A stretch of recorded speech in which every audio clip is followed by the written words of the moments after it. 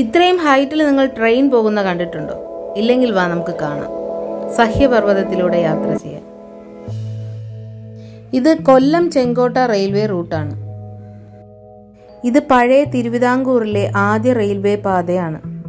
ഒരു നൂറ്റാണ്ടിലേറെ പഴക്കമുണ്ട്. കൊല്ലം ചെന്നൈ മീറ്റർ ഗേജിന്റെ ഒരു ഭാഗമാണ് കൊല്ലം ചെങ്കോട്ട റൂട്ട്. 1904 ബ്രിട്ടീഷുകാർ കമ്മീഷൻ ചെയ്തതാണ് ഈ പാത. ഇപ്പോൾ ഇത് ബ്രോഡ് ഗേജായി മാറ്റിയിട്ടുണ്ട്.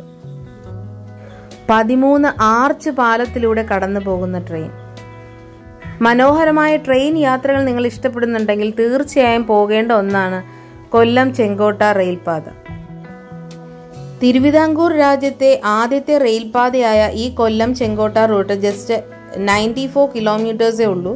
അപ്പോൾ ഈ യാത്ര സ്റ്റാർട്ട് ചെയ്ത് അവസാനിക്കാൻ ജസ്റ്റ് 2 മണിക്കൂർ മതി. ഈ പാതയിൽ തന്നെ നമുക്ക് 3 തുരങ്കങ്ങൾ കാണാം.